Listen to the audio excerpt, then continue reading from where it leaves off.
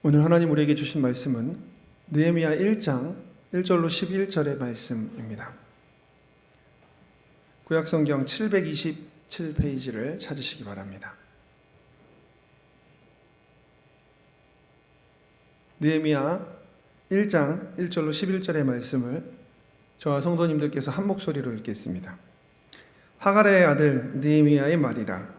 아닥사스다 왕 제20년 기슬로월에 내가 수산궁에 있는데 내 형제들 가운데 하나인 하나니가 두어 사람과 함께 유다에서 내게 이르렀기로 내가 그 사로잡힘을 면하고 남아있는 유다와 예루살렘 사람들의 형편을 물은즉 그들이 내게 이르되 사로잡힘을 면하고 남아있는 자들이 그 지방 거기에서 큰 환난을 당하고 능욕을 받으며 예루살렘 성은 허물어지고 성문들은 불탔다 하는지라. 내가 이 말을 듣고 앉아서 울고 수일 동안 슬퍼하며 하늘의 하나님 앞에 금식하며 기도하여 이르되 하늘의 하나님 여호와 크고 두려우신 하나님이여 주를 사랑하고 주의 계명을 지키는 자에게 언약을 지키시며 긍휼을 베푸시는 주여 간구하나이다. 이제 종이 주의 종들인 이스라엘 자손을 위하여 주야로 기도하오며 우리 이스라엘 자손이 주께 범죄한 죄들을 자복하오니 주는 귀를 기울이시며 눈을 여시사 종의 기도를 들으시옵소서. 나와 내 아버지의 집이 범죄하여 주를 향하여 크게 악을 행하여 주께서 주의 종 모세에게 명령하신 계명과 율례와 규례를 지키지 아니하였나이다. 옛적에 주께서 주의 종 모세에게 명령하여 이르시되 만일 너희가 범죄하면 내가 너희를 여러 나라 가운데 흩을 것이요 만일 내게로 돌아와 내 계명을 지켜 행하면 너희 쫓긴 자가 하늘 끝에 있을지라도 내가 거기서부터 그들을 모아 내 이름을 두려고 택한 곳에 돌아오게 하리라 하신 말씀을 이제 청하건대 기억하옵소서. 이들은 주께서 일찍이 큰 권능과 강한 손으로 구속하신 주의 종들이요 주의 백성이니이다. 주여 구하오니 귀를 기울이사 종의 기도와 주의 이름을 경외하기를 기뻐하는 종들의 기도를 들으시고 오늘 종이 형통하여 이 사람들 앞에서 은혜를 입게 하옵소서 하였나니 그때에 내가 왕의 술 관원이 되었느니라. 아멘. 함께 자리에서 일어나셔서 오늘 예배를 위해서 소리내서 기도하시겠습니다. 전능하시며 거룩하시며 천지 만물을 창조하시고 당신의 선하신 뜻대로 인도하시는 나의 주 나의 아버지 하나님 감사합니다. 이 시간 하나님께서 우리의 가운데 계심으로 말미암아 선한 목자의 음성의 뒤를 따라 오늘도 따라가는 주의 양들이 하나님께서 이끌어주시는 푸른 초장실 만한 물가에 누워 부어주시는 꼴을 먹고 강건하게 성장하게 해주실 줄로 믿습니다. 아버지 하나님 우리에게 말씀하시는 하나님의 음성이 각자의 삶에 심령 골수에 찔러 쪼개는 능력의 말씀이 되어 천둥같이 들리게 하시고 하나님만이 살아있고 운동력 있는 말씀으로 우리에게 전하여 주시옵소서. 아버지여 말씀하여 주시옵소서. 아버지여 우리를 깨닫게 하여 주시옵소서. 하늘의 하나님 그분의 영광을 갈망하며 찬양합니다. 오늘 모여 기도하는 예배자의 삶에 오늘도 주여 역사하여 주시옵소서. 오직 주님만이 홀로 영광 받으십니다. 오늘 많은 듣는 사람들의 마음 가운데 말씀이 심기어지도록 악한 사단의 세력이 틈타지 않게 하여 주시옵소서. 성령님 우리를 지켜주시고 하나님께 나의 삶을 드리게 하여 주시옵소서. 주님을 사랑하며 경배합니다. 모든 예배의 시종을 주님께 의탁합니다. 모든 시작부터 끝까지 하나님 함께하여 주시옵소서. 감사드리며 이 모든 말씀 예수님의 이름으로 기도합니다. 아멘.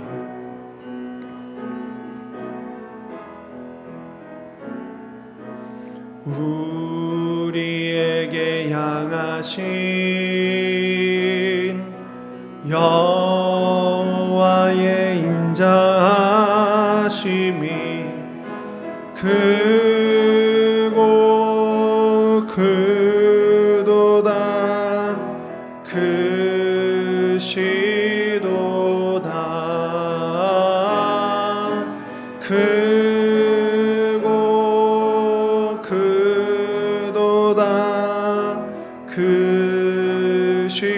크시도다 우리에게 향하신 여호와의 진실하심이 영원하시도다. 영원하시도다.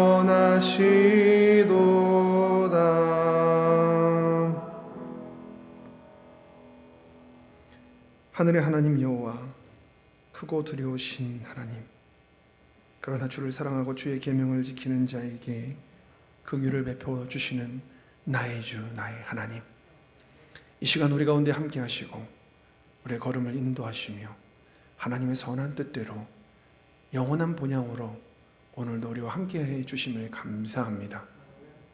하나님을 사랑하는 자, 곧 그 뜻대로 부르심을 입은 모든 자들에게는 모든 것이 합력하여 선을 이루느니라.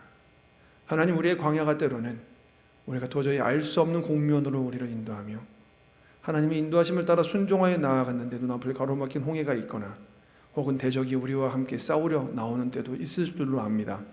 그러나 아버지 하나님, 우리는 하나님을 신뢰합니다. 여전히 우리의 머리 위에서 우리의 걸음을 인도하시는 구름 기둥의 기적과 전능하신 자의 그늘 아래 매일의 만나를 먹고 살아갈 수 있는 우리의 삶이 하나님 앞에서 증거가 될 줄로 믿습니다. 그럴 때 하나님, 결국 마지막 때에 하나님의 본향에서 이 땅에 나그네의 삶을 살던 우리에게 잘하였다, 착하고 충성된 종아, 하나님의 칭찬이 있을 줄로 믿습니다. 그러나 하나님, 그 과정을 걸어가야 되는 우리의 삶에 오늘도 하나님 위로와 소망과 능력과 힘을 부어 주시옵소서. 넉넉히 이길 수 있도록 신앙의 근육을 주시고 함께 할 수 있는 동역자를 붙여주시며 아버지, 목마른 그 순간에 바위 틈에서 물을 내어주시고 마라의 쓴물을 단물로 바꾸어 주시옵소서. 그리함으로 하나님, 우리의 고백이 하나님만이 왕이시라, 하나님만이 나의 주님이시다, 하나님만이 나의 구세주시다 고백하게 하여 주시옵소서. 오늘 우리가 말씀을 들을 때에 부족한 자의 입을 통하여서 전달되지만 능하신 하나님의 말씀만이 온전히 기억에 남게 하셔서 하나님 홀로 영광받아 주시옵소서. 예수님의 이름으로 축복하며 간절히 기도합니다. 아멘. 자리에 앉으시면서 좌우에 인사하겠습니다. 하나님의 영광을 위해 삽시다. 하나님의 영광을 위해 삽시다. 또 인사하겠습니다. 하나님의 영광을 기뻐합시다. 하나님의 영광을 기뻐합시다. 할렐루야. 하나님이 이 시간 우리와 함께 하십니다. 도와주십니다. 찬양 받으시기 합당하신 하나님께 감사와 영광의 박수 올리겠습니다. 할렐루야. 여러분들이 믿으실지 모르겠지만 저는 굉장히 내성적인 사람이라 사람의 눈을 못 쳐다보고 얘기합니다. 그래서 요즘은 보지만 거의 제가 보고 있는 시선 중에 한 80%는 사람하고 사람 사이입니다. 모르셨죠? 그래서 가끔 저를 만나 눈 마주치신 분들은 운이 좋으신 겁니다. 여러분, 리더는 세워질 만한 사람이 있다고 저는 생각해 왔습니다. 아무나 세워서는 안 된다. 성격도 성향도 그 사람이 가지고 있는 가치관도 순전함도 지식과 능력도 분명히 리더에 걸맞는 사람이 있다라고 생각했습니다. 그래서 제 결론은 뭐였냐면 나는 절대 담임만큼은 해서는 안 된다였습니다. 진심입니다. 그리고 하나님이 에라이 요놈아 하면서 담임으로 보내셨습니다. 그 과정 속에서 제가 가장 많이 걱정했던 건 선택과 판단의 기로에서 과연 내가 지혜로울 수 있을까 였습니다. 그러나 지금은 걱정하지 않습니다. 하나님이 제게 지혜를 주실 겁니다. 제가 부족하면 돕는 손길을 주시는 것을 보았습니다. 기적이 일어나는 것은 여기 온 지 얼마 되지 않았는데도 여러 번 목도했습니다. 그러므로 우리가 하나님께서 우리를 부르실 때 아멘으로 응답하셔서 하나님께 쓰임 받는다는 것은 참 복된 일인 것 같습니다. 여러분, 오늘날 교회 안에서는 참된 리더가 필요합니다. 교회만 필요한 것이 아니라 이 세상에는 하나님 사람, 그리스도인 리더가 필요합니다. 특히 교회 안에서 올바른 가치관을 가진 리더가 필요한데 그 이유는 점점 혼합주의와 세속적 가치관을 가진 그 흐름들이 이 땅 가운데서 교회로 다시 들어오는 거를 다시 들어오기 때문입니다. 여러분, 포용주의와 혼합주의가 교회 안에 많이 들어왔다는 것을 느끼는 것은 과거 우리는 하나님께서 우리에게 선포해 주신 말씀인 진리가 내 삶의 기준인 삶을 살았습니다. 여기 계신 나이가 많으신 어르신들은 그것을 기억할 겁니다. 우리가 그것을 판단하기 이전에 그것을 받아서 내 것으로 만들고 나중에 확인하는 과정을 겪었습니다. 근데 여러분, 보다 합리적인 사고는 무엇입니까? 이것이 사실이 맞아 아니야 라는 것을 먼저 생각해보고 그것이 나를 설득하면 따르는 것 아닙니까? 이것은 틀린 것은 아닙니다. 그런데 그게 어느덧 다원주의가 되면서 참된 진리라는 존재는 없다. 이 세상은 법칙만 진리일 뿐 사람 사이에서 일어나는 수많은 일들은 내가 원하는 것이 곧 진리요, 내가 행복한 것을 누리고 그것을 따르는 것이 내 삶의 유일한 기준이다. 이와 같은 방식의 사고방식이 세상에서부터 교회로 다시 역유입되었습니다. 그러다 보니까 어느덧 믿는 사람들에게도 우리가 무엇을 따르고 어떤 기준으로 선택하며 어떻게 살아야 될지보다는 무엇이 나를 만족시키고 어떤 것이 내 삶의 행복인지, 내가 무엇을 할 때 제일 즐거울지를 생각하면서 교회 안에서 취사 선택을 시작했습니다. 근데 여러분, 하나님께서 우리에게 주신 이 길이요, 좁은 길입니다. 문부터가 좁고 길이 좁고 협착합니다. 이것은요, 재미로 가득한 길이 아니라 의미로 가득한 길입니다. 근데 유통기한이 깁니다. 근데 다가가거나 그 안에서 접근해서 살아보고 치열하게 싸워보지 않은 사람에게는 얻을 수 없는 열매입니다. 그래서 성경은 우리더러 자기 육체의 소욕을 거부하고 날마다 나를 십자가에 못 박고 자기를 부인한 채로 예수님을 따르라고 하십니다. 근데 어느덧 우리는 이 땅 가운데서 역유입되어진 혼합주의, 다원주의, 자기만족과 소확행이라고 하는 일종의 법칙과 내 삶의 기준을 가지고 신앙생활을 하기 시작했습니다. 여러분, 그래서 교회에서는 올바른 리더가 필요해졌습니다. 저는 여러분들께 구역장님, 장로님, 목사님을 얘기 드리는 것이 아닙니다. 저는 오늘 느헤미야 이야기를 통해서 바로 여러분에 대한 이야기를 드리려고 합니다. 오늘 본문 말씀을 통하여서 느헤미야의 우선순위, 이와 같은 제목으로 말씀해 드리겠습니다. 여러분, 구약과 신약을 통해서 하나님의 리더들이 참 많이 세워져 있습니다. 그들 중에서 몇몇 사람들이 하는 말을 한번 보고 지나가겠습니다. 이스라엘 백성들이요, 애굽에서부터 나와서 약속의 땅 가나안에 들어가게 됐을 때 모세는 모압 평지 앞에서 그들에게 마지막 최후의 유언 같은 인사를 신명기에서 하는데, 그의 말의 골자는 이겁니다. 너희가 강 건너편에 넘어가면 복의 길과 저주의 길이 있다. 너희가 그 중에서 지혜롭게 선택해라. 그 중에서 지혜로운 길은 하나님을 네 몸과 마음과 뜻과 정성을 다해 사랑하는 길이다. 이제 모세의 후계자였던 여호수아가 지도자가 돼서 가나안 땅을 점령합니다. 그도 나이가 많이 들고 이제 하나님께로 돌아갈 때가 되어서 그들에게 유언과 같은 고별 설교를 마지막 여호수아 후반부에 하는데, 그의 말이 무엇입니까? 너희가 강 저편에서 섬기던 신들이나 아모리 땅에 있는 신들이나 아니면 이 땅 가나안의 우상들이나 아니면 여호와나, 그 중에서 너희가 선택해서 섬겨라.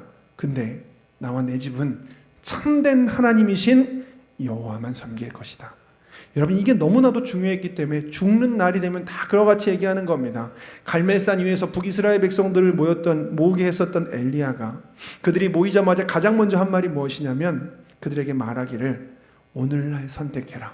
너희가 언제까지 좌우로 머뭇머뭇 거리겠느냐? 만약 바알이 하나님이면 그를 따르고 여호와가 하나님이면 그를 따르라 라고 말하는 것이었습니다. 내가 이 땅에서 나를 만족시키는 많은 것들을 여전히 내 주인으로 섬기면서 하나님도 주인으로 섬기겠다? 성경에서는 그런 길은 없습니다. 물론 우리가 이 세상에서 내게 주신 것들을 얼마든지 누릴 수 있습니다. 다만 무엇을 하든지, 먹든지 마시든지 무엇을 하든지 하나님의 영광을 위해서 하라라고 하는 기준만이 있을 뿐입니다. 이것이 기준이 잡히지 않은 사람을 세상 사람이라고 합니다. 예수님을 만나고 보아 되신 하나님을 깨닫고 그분이 우리의 삶에 얼마나 중요한 주인이시며 나를 사랑하셨는지를 알게 돼서 그 기준이 바뀐 사람을 하나님의 사람 혹은 그리스도인이라고 합니다. 그러므로 그리스도인으로서의 살아간다는 것은 우리 속에 다른 가치관이 내 삶의 우선순위가 된다라는 것일 겁니다. 여러분, 그러나 북이스라엘 백성들은 엘리야의 말을 들으면서도 포기하지 못했습니다. 아무 대답도 하지 않느니라. 자기 속에서 나를 만족시키는 것들을 포기하는 것이 그토록 쉽지 않음을 보여주는 겁니다. 우리 주님은 그래서 제자들에게 나를 따르려거든 자기를 부인하고 자기 십자가를 지고 육체의 소욕을 버리고 따라야 된다. 그 길은 좁은 문으로 들어가는 길이요 그 길은 좁고 협착할 것이다. 그러나 영광의 면류관이 내게 있으리라. 그리고 그 길을 걸어가다 보면 그 의미가 세상에서 발견하지 못했던 참된 생수로서 너의 기쁨이 되리라는 것을 제자들에게 계속 말씀해 주셨습니다. 여러분, 어두워져가는 이 어두운 세상 속에서 교회 안에도 점점 다원주의와 혼합주의가 들어오고 있는 이때에 우리가 어떠한 삶을 살아가야 합니까? 프랑스 올림픽 개막전을 보면서 참 별의별 생각이 다 들었습니다. 진짜. 아니, 예수님의 성만찬이 우리에게 가지고 있는 의미가 무엇인데 그 동성애자들로 그걸 포장해 놓고 예수님의 자리에 동성애자가 떡 앉아있는 게 이게 말이 됩니까? 그러면서 자기들은 아니라고 하는데요, 이게 먹히지 않는 이유가 이미 이 일이 일반화가 돼서 전 세계에 퍼져 있기 때문입니다. 금요기도에 또 얘기했지만 벤 샤피로의 세뇌라고 하는 책을 보면 미국의 거의 대부분 대학교는 이미 이거보다 더한 행동들을 하고 있습니다. 이제는 학교 안에서 다원주의를 인정하지 않는 사람, 특히 기독교인들은 거의 뭐 잡아다가 그냥 없어져야 될 대상인 것처럼 생각을 하고, 교수들이 다원주의적 발언을 하지 않고 지지하지 않으면 교수직을 유지하기 어려울 정도의 어려운 시대가 되어가고 있습니다. 한국도 점점 그와 같은 분위기가 들어오고 있습니다. 여러분, 제가 여러분들께 지금 드리는 말씀은요, 교회 안에 들어와서 세상을 적대시하고 세상과 이원화된 삶을 살아야 된다고 말씀드리는 것이 결코 아닙니다. 오히려 정반대입니다.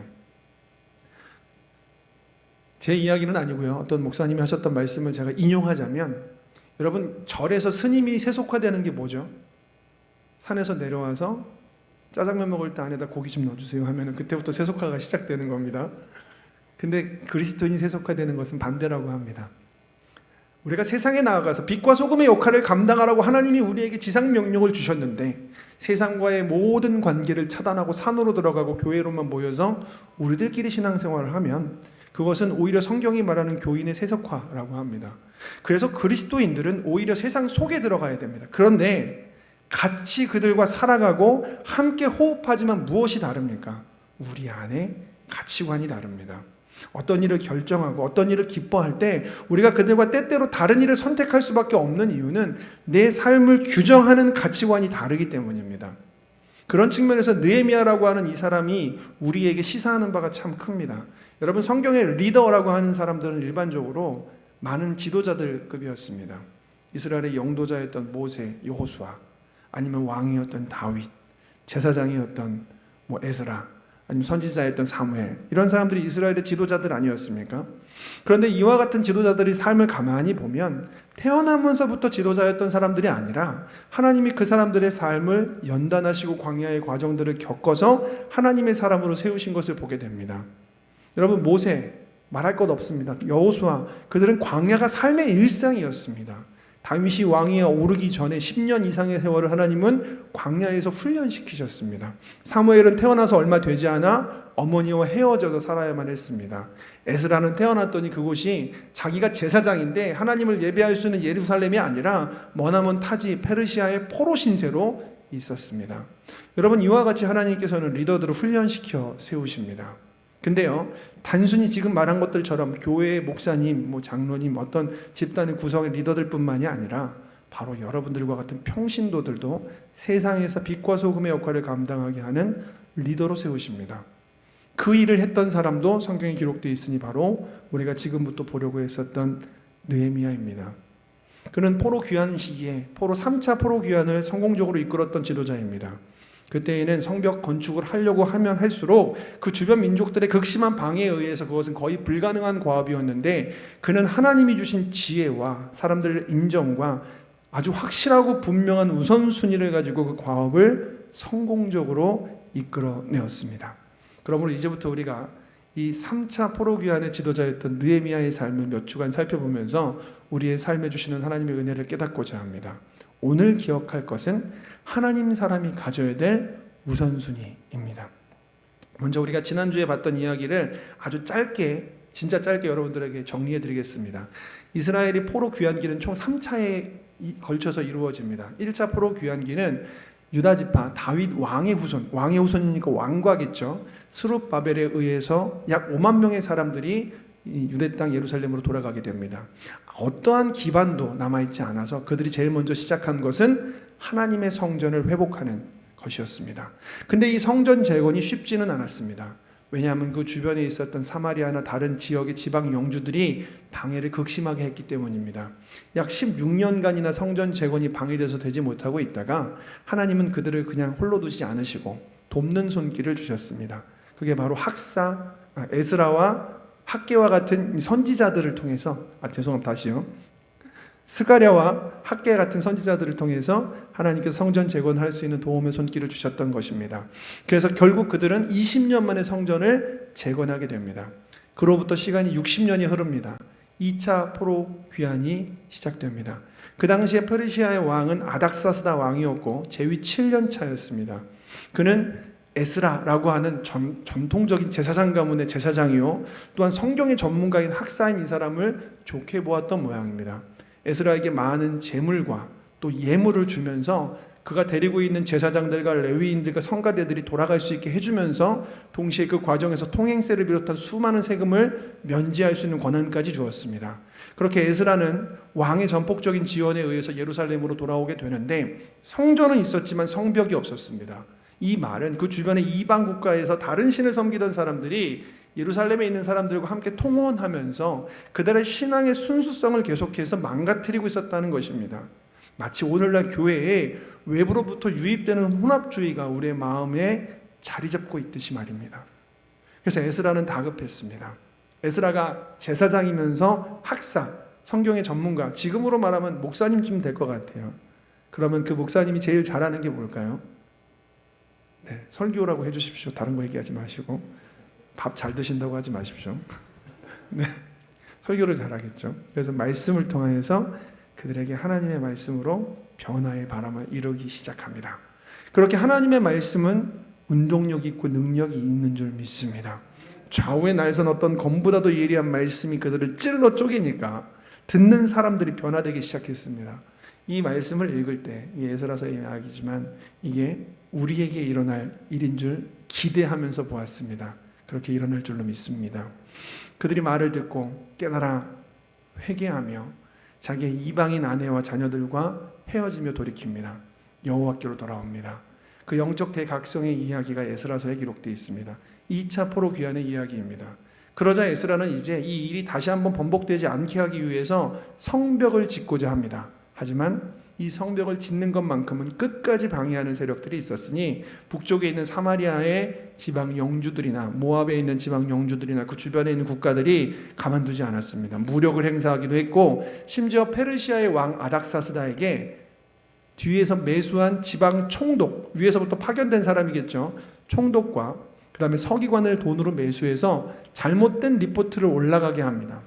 여러분, 아닥사스다 왕 입장에서는 자기가 많은 자비를 베풀어서 에스라를 좋게 봐서 예물과 재물과 세금 면제까지 파격적인 조건을 통해서 그들을 보냈는데 올라온 레포트를 보니까 그들이 가서 성벽을 짓고 있는데 이게 완공이 되면 왕의 서쪽 끝 영지가 사라질 거라고 하는 레포트였습니다. 이것을 보고 분노하겠죠. 분노한 왕이 더 이상 성벽 건축을 진행하지 않도록 명령을 내립니다. 자, 그렇게 해서 시간이 13년이 지나고 아닥사스다 재위 20년이 되었습니다. 우리의 본문 느헤미야 1장입니다. 자, 1장 1절의 말씀을 읽어드리겠습니다. 하가랴의 아들 느헤미야의 말이라. 아닥사스다 왕 제20년 기슬로월에 내가 수산궁에 있는데. 성벽 건축이 중단된 지 13년째 되던 해에 아닥사스다 왕의 궁궐, 재위 20년 되는 그 궁궐에 느헤미야라는 사람이 나타나는데요. 11절을 참고해보면 그는 왕의 술 맡은 관원이었습니다. 여기에 느헤미야에 대한 몇 가지 정보가 있는데요. 첫 번째는 재위 20년째였습니다. 두 번째는 기슬루월에 그가 수산궁에 있었습니다. 여러분, 이 유대의 그 달력이 우리랑 달라서 조금 헷갈리지 않으십니까? 전에 우리가 절기특강할 때 아마 듣긴 하셨겠지만 유대의 달력은 종교력과 민간력이 있는데 일반적으로 종교력을 봅니다. 그리고 종교력에는 바벨론 포로 시기에 생겨났던 이름들을 붙여놓는데 그 중에 9월 달의 이름이 기슬루월입니다. 그러니까 이스라엘 종교력 9월에 수산궁에 있었다는 거죠. 이스라엘 종교력이 우리랑 이 날짜가 달라요. 그래서 9월이면 11월에서 12월 사이 겨울입니다. 그래서 수산궁에 겨울에 있었다는 겁니다. 페르시아의 왕들에게는요, 왕궁이 4가지가 있었습니다. 이 4개의 왕궁을 계절별로 돌아다니면서 치리를 했거든요. 그게 가능했던 것은 그들이 점령한 나라가 많았기 때문입니다. 넓었기 때문이기도 하고요. 성경에는 3개의 왕궁이 등장합니다. 앙메다궁이라고 해서 그 이야기는 에스라에 등장을 합니다.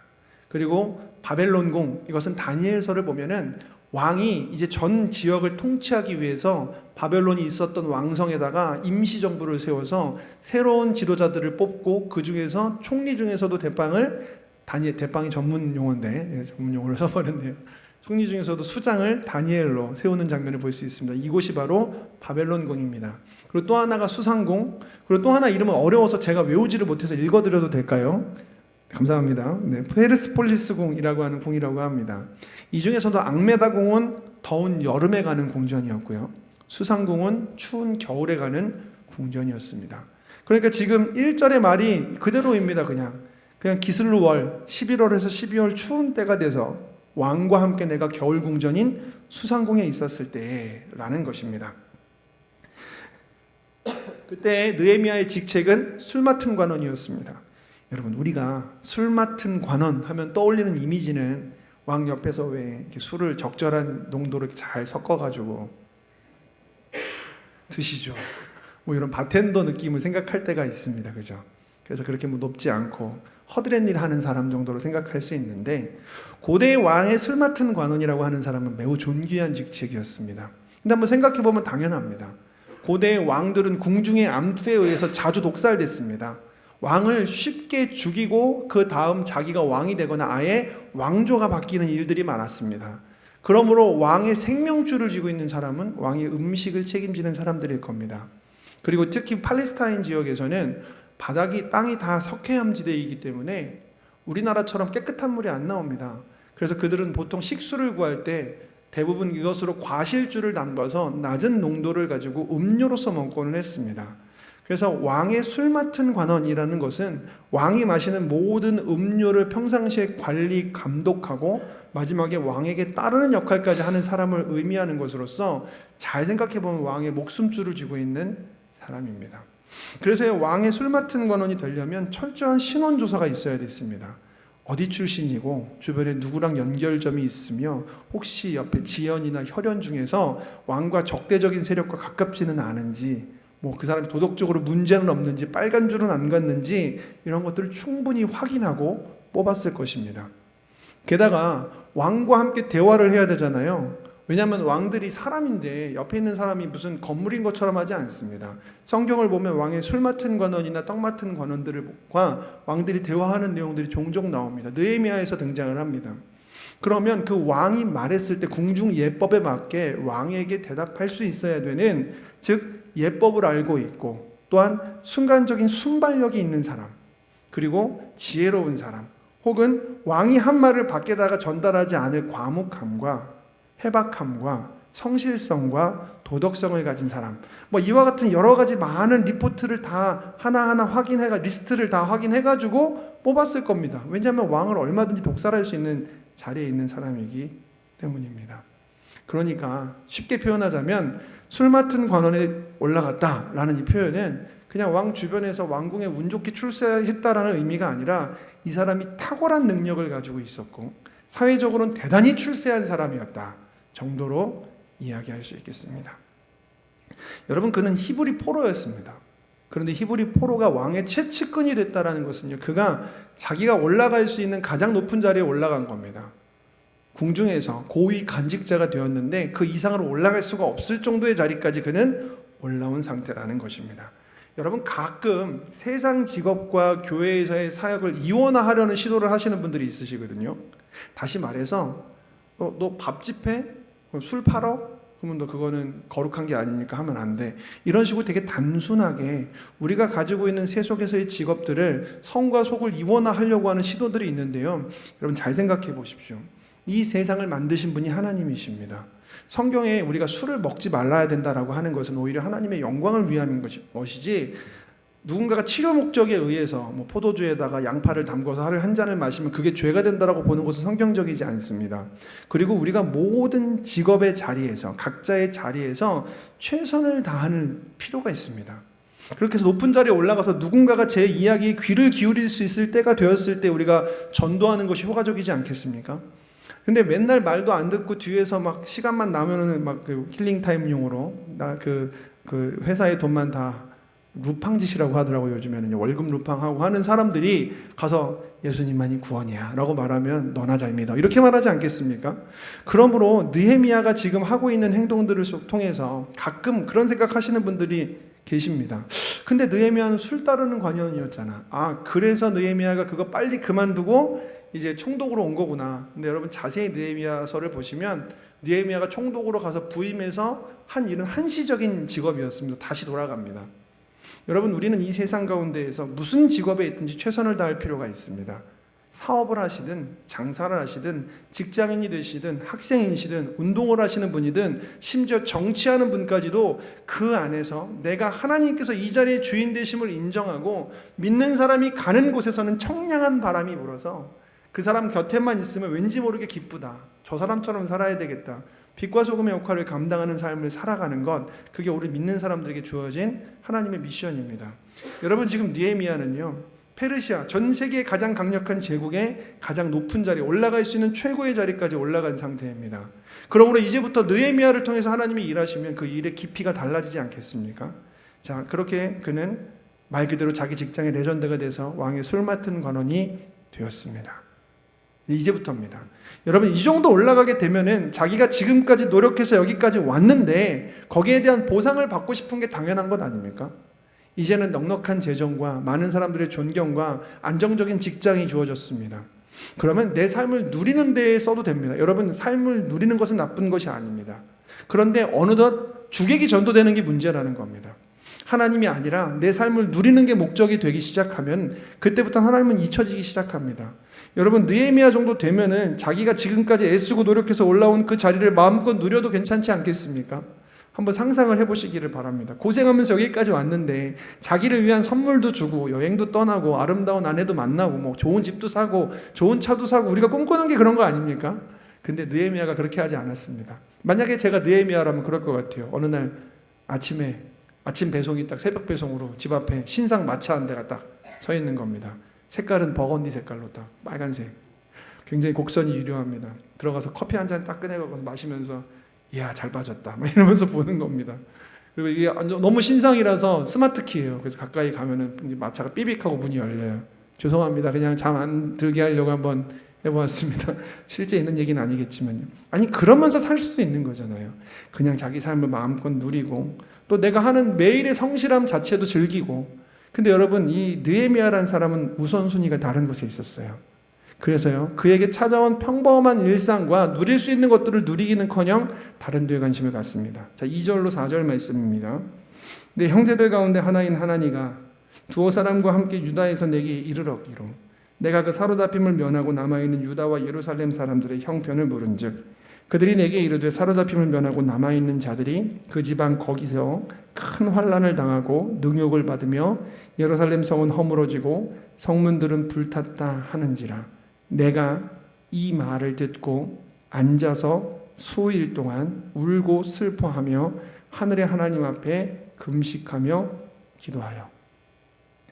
여러분 지금 느헤미야가 자기에게 찾아온 동생에게 예루살렘이라는 곳의 이야기를 들었습니다. 근데 여러분 한번 생각해 보세요. 느헤미야는요 페르시아 출신입니다. 이민자 2세대 3세대예요. 예루살렘 가본 적이 없어요. 거기서 태어나서 포로 출신이기 때문에 많은 차별이 있었겠지만 그것을 극복하고 자기의 힘과 능력과 노력으로 성공을 쟁취한 사람입니다. 그러면 그 사람이 볼 때 예루살렘이 불타있고 사람들이 좌절해서 쓰러져 있는 얘기 들으면 아이고 왜 이렇게 사람들이 요즘 사람들은 열정이 없는지 몰라. 끝까지 한번 가보지. 뭐 이러면서 그래도 우리 동포인데 네가 가서 그 사람들 위해서 내가 돈 좀 줄 테니까 성금 기금 마련 좀 해가지고 먹을 것도 좀 갖다 주고 집도 지어줘 하면 될 일입니다. 그렇지 않겠습니까? 저희 할아버지가 평안도 출신이신데 어린 때 할아버지가 평안도 얘기하면서 우는 걸 많이 봤습니다. 저는 옆에서 같이 찡한 적은 있어도 운 적이 없습니다. 왜요?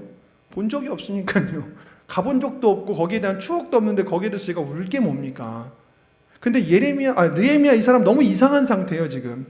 자기 형제가 예루살렘에 소식을 가지고 왔는데 갑자기 그 자리에서 자리에 주저앉아 펑펑 울면서 며칠 동안 금식을 하는 거예요. 아니 그럴 필요가 뭐가 있어요. 그냥 듣다 보니까 좀 찡하긴 하네. 내가 큰 돈 줄 테니까 형이 돈은 좀 많아. 가서 네가 충분하게 보상하고 그 사람들 좀 구호 좀 하고 와라. 하면 될 일 아닙니까? 그런데 그게 아니라 마치 자기 부모님이 돌아가신 것처럼 그 자리에 주저앉아 막 펑펑 울면서 금식하며 기도한다는 게 이게 이해가 안 되는 것 아닙니까? 여러분 그때 느헤미야를 동생이 찾아온 이유도 좀 이상합니다. 왕궁에서 일하고 있는데 굳이 그때 찾아왔다는 건 급하다는 거예요. 그 말은 평상시에 형이 예루살렘과 유다에 대해서 관심이 많았다는 걸 동생이 아는 겁니다. 그러면 자기가 여행하고 보고 온 것을 제일 먼저 형에게 말해야겠기에 일하고 있는데 입구에 있는 보초병한테 자기가 저기 술 맡은 거는 느헤미야의 동생인데 급한 일이니까 좀 보게 해달라고 해서 지금 만나는 중인 겁니다. 그리고 그렇게 들은 내용은 느헤미야 입장에서는 심드렁할 수 있는 이야기인데 그는 그렇게 심드렁하지 않았습니다. 도대체 왜 그랬을까요? 여러분 느헤미야 마음이 어디에 있는지를 보여주는 겁니다. 자기의 삶이 만족스럽고 행복하고 누릴 수 있는 소확행을 다 누리는 것이 인생의 목적이었으면 느헤미야 그것 때문에 울 리가 없습니다. 나 이미 다 가졌으니까 이제 다른 건 뭘 해야 될까? 새로운 집을 꾸며볼까? 인테리어를 새로 할까? 여행을 떠나볼까? 아니면 왕을 위해서 새로운 음료수를 개발해볼까? 여기에 마음이 있었으면 그럴 일이 없는데 느헤미야는 이 자리에 오면서도 그 안에 분명하고 선명한 하나님 사람의 기준, 우선순위가 있었던 겁니다. 그게 그의 말에 나옵니다. 자, 1장 9절 말씀입니다. 만일 내게로 돌아와 내 계명을 지켜 행하면 너희 쫓긴 자가 하늘 끝에 있을지라도 내가 거기서부터 그들을 모아 내 이름을 두려고 택한 곳에 돌아오게 하리라 하신 말씀을 이제 청하건대 기억하옵소서. 그가 왜 1300km나 떨어져 있는 멀고 먼 예루살렘에 관심을 갖고 있었냐면 하나님이 말씀하시길 내가 그 도시를 영원히 잊지 않으리라. 내가 그 도시에 내 이름이 영원히 있게 하리라. 내 마음과 내 눈을 거기에 둘 것이다라고 말씀하셨기 때문입니다. 성경에서 여호와 하나님의 이름은 하나님의 영광을 나타낼 때 쓰입니다. 내 영광을 거기에 두겠고 내 성전을 거기에 두겠고 내 마음을 거기에 두겠고 그러므로 내가 거기에 영원히 있으리라.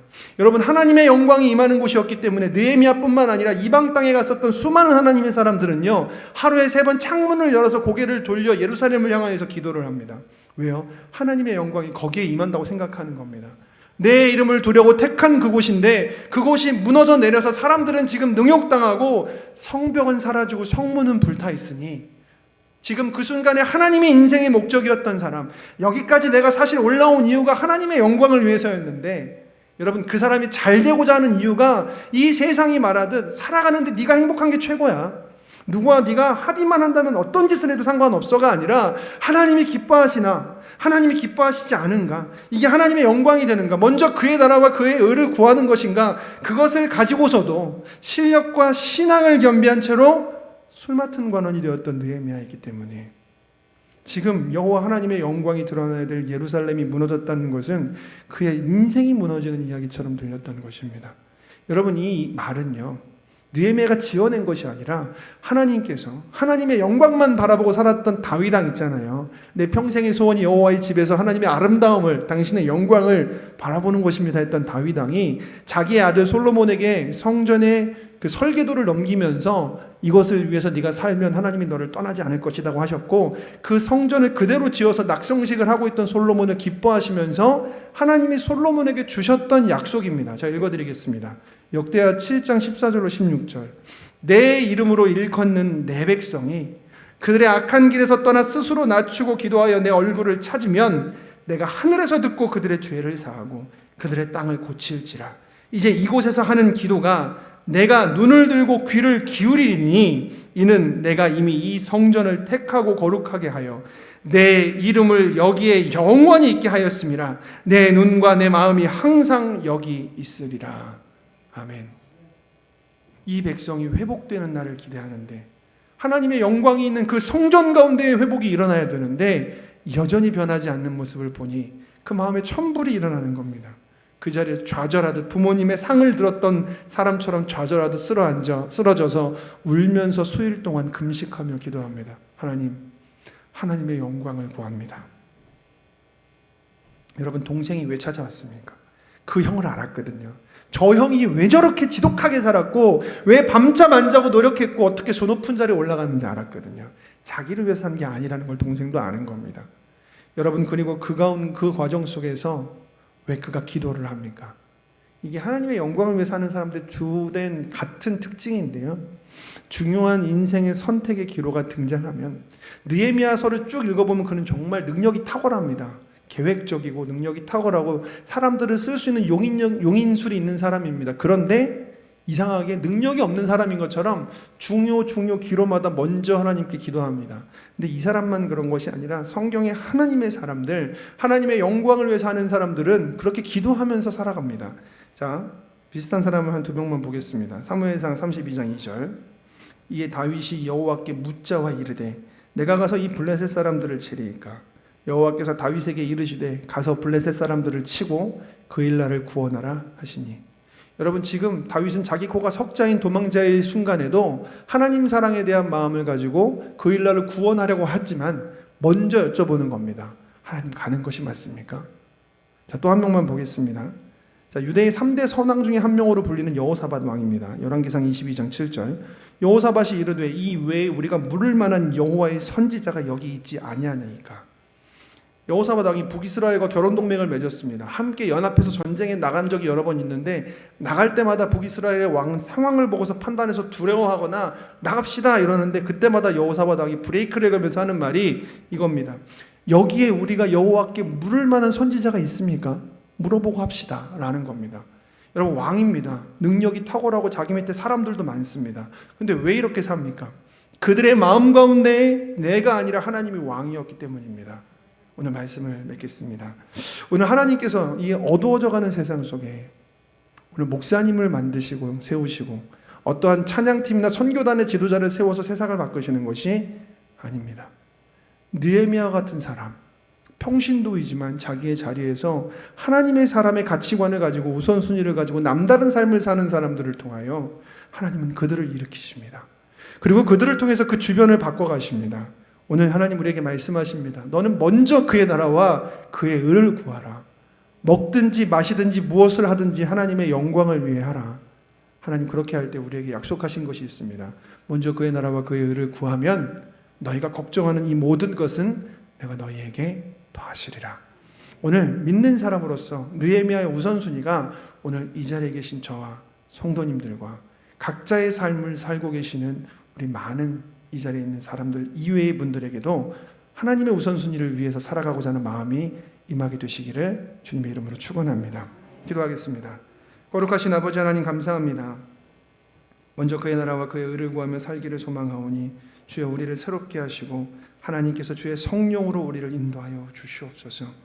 말씀이 우리를 자유케 하시며 오늘도 하나님께서 우리에게 하나님의 아름다움을 사람과 사건과 환경을 통해서 보여주시며 우리가 그것을 위해 살게 하여 주시옵소서.